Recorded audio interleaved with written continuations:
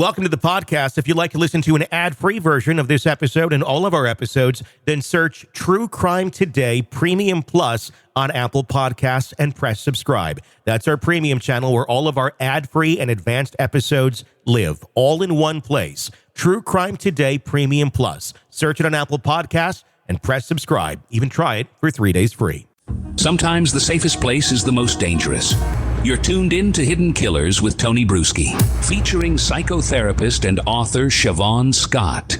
The trial of Bryan Kohberger, it is set for 2025 as we begin to take a look at some of the major cases that we are going to continue to cover for you right here. It's looking like August 11th, trial commencement for Bryan Kohberger, expected to last all the way into November of 2025. Could be a several-month ordeal. Joining me to discuss, Shavaun Scott, psychotherapist and author. Here's the thing with Kohberger.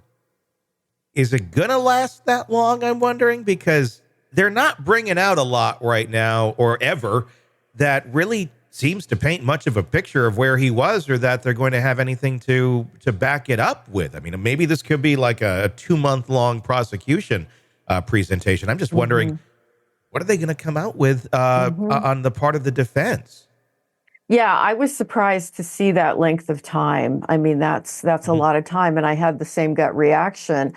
What is going to go on, you know? And I think the prosecution it's going to take a lot of time because there is so much evidence, and a lot of it is DNA related, and that can get very complex. And then you're going to have opposing experts on the other side. But yeah, how do you stretch it out that long with the story that he just likes to drive around in obscure places in the middle of the night with his cell phone turned off? I mean, what else is there? Do you think the defense of Kohberger, because as far as we know, there's not a lot of exonerating anything here that can put him somewhere else or can show him not doing creepy things. There's just a lot of creepy things that it shows he has done over the years. Do you think the defense is going to take more of a psychological angle on this of, look, yeah, he's kind of a creepy guy, use what is a weakness as a defense and as a plus of like, yeah, he's kind of creepy, he's kind of weird, he thinks differently, but that doesn't make him a murderer. That's an interesting supposition, and I can't say that it would be a bad idea to go for that. But, who knows? I don't think that it's possible to paint him as a normal Boy Scout. You know, there's just, as you say, creepiness upon creepiness and weird history. And, and then you've just got so much evidence that puts him at the scene. It's going to be interesting. That's it's an interesting thing with him because he seems to have recognized if those internet writings that we learned about so early on last year are true, where he talks about visual snow, I believe, and having difficulty feeling emotion or connection to people. I believe it was around the age of like 13, 14-ish. It's in that area. But he was aware of it. I mean, I don't think a lot of people necessarily are aware of those things when they happen. It's just kind of life continues, and this must be how it is.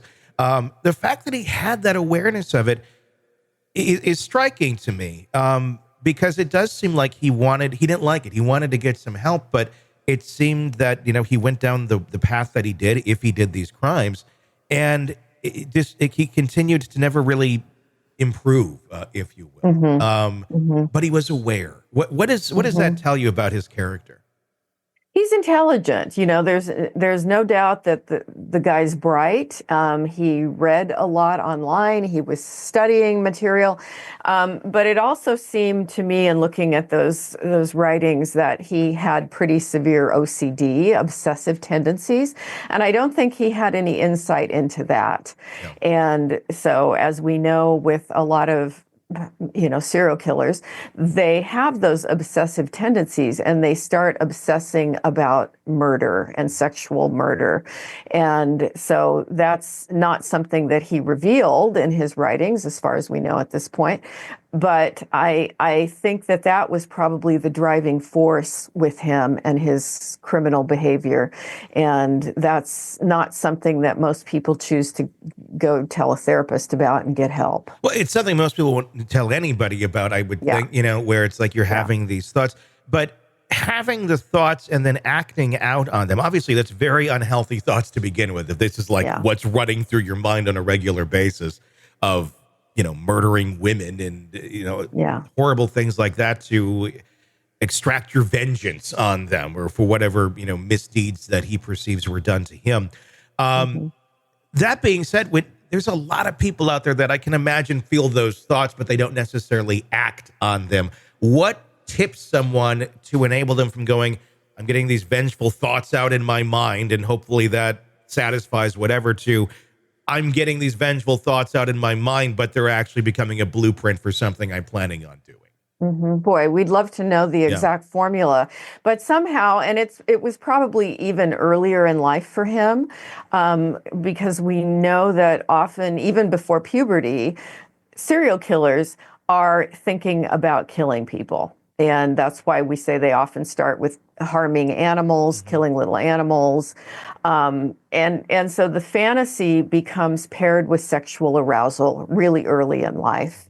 And so that's something, if indeed he is guilty, that's something that was already going for him way back. And while other people may have general thoughts like, gee, I wish my ex would be hit by a train, just something fairly implausible. Never thought of that. Or a bus. Yeah, I do hear people say that in therapy. It's like, I wish my ex would get run over by a bus or a train, Yeah. But they're not these intricate, detailed, erotic kinds of fantasies. I do think that's pretty unusual, and why we don't have more serial killers. Fortunately, it is unusual. There was no sexual assault in this case at all. Is this a sexual crime, though? Is there something that connects it here? I mean, obviously, the girls very much sexualized themselves online with the pictures and everything that we saw of them. They were not shy about showing off what they had. And what makes this then a sexual crime without there ever being any sort of assault or anything of that nature? That's a great question, because it confuses most people. For this kind of crime, it fits the exact model of a sexual domination serial killer. And the thing to know about these guys is that the pre-planning phase is pleasurable and erotic. The action at the time of the murders is erotic, but the after motive, after the crime, that's also, they get a lot of sexual pleasure from remembering it and going over it. So it's not just about the murder. And they actually can masturbate before, masturbate after, and they may not at the time of the murder do anything sexual to the bodies, but in other words, the knife is, a substitution for what they'd like to be doing. And they realize that if they have much contact with the bodies, they're going to be leaving DNA evidence, no matter how careful they are. So I think as DNA analysis has improved over the years, you may see less physical contact with the body, but that doesn't mean that it's not erotically driven. So trying to understand the mind of someone like this, it's not even necessary, like how healthy people would view, sexual attraction, emotionally connected to someone you care about, physically, their appearance. These aren't the motivating factors for someone like him when it comes to sex. It's more so, I mean, like literally, like you said, like the knife, just something that was involved in being intimately close with someone in a non-sexual way, in such a horrible, you're literally stealing someone's life. Yes. That is the sexual pleasure that is equated back into their mind. It wouldn't be, assaulting someone. It's literally the murder of the act. I mean, yes. Wow. It's Yeah. this sense of godlike power. Okay. And that sense of godlike power, I can take life, is tied up with their sense of eroticism. And that's what motivates them. So they're aroused in the months that they're plotting and planning, because they think about this obsessively for months or even years before they do it. Yeah. They're masturbating at home as they think about it, and then they're doing the same thing after the fact. Are they completely not thinking about part two of getting caught? Like, the odds of you getting away with this are not super great. I mean, you could. A lot of people do, but a lot of people don't, too. Is that not running through their mind? And also, with this case, there's no history with the two, or with any of the girls, as far as we know, and him or Ethan. There's nothing there. So what is going on in someone's mind like this to go, this is justified? I mean, you understand it more when it's like a crime of passion and somebody wronged you or something like that. What is ticking in someone to make him go, yeah, let me go kill all these people right now? My guess is that, because it's a fairly small community, that he had seen at least one of the girls or seen them online and did some stalking. We know he was driving by the home. He found out where they lived, and he was very likely had the fantasy about one of them in particular. And just because the other people were present, it just added to his excitement and his thrill. And I think that narcissism is one of the consistent components with these guys, a severe, very twisted, dark sort of narcissism combined with sadism.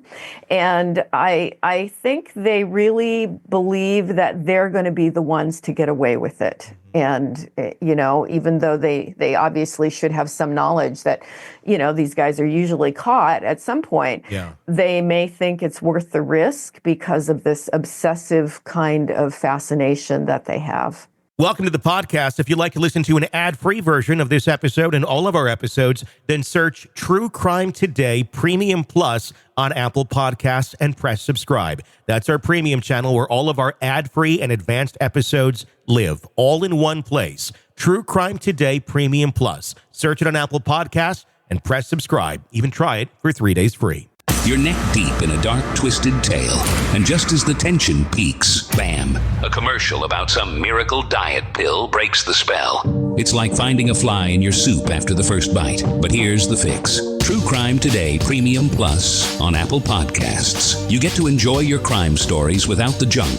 Ad-free episodes, extended interviews that go beyond the surface, and early access to all the gruesome details. It's like swapping out a can of cheap beer for a glass of fine whiskey. So search for True Crime Today Premium Plus on Apple Podcasts. Subscribe and keep the darkness flowing uninterrupted.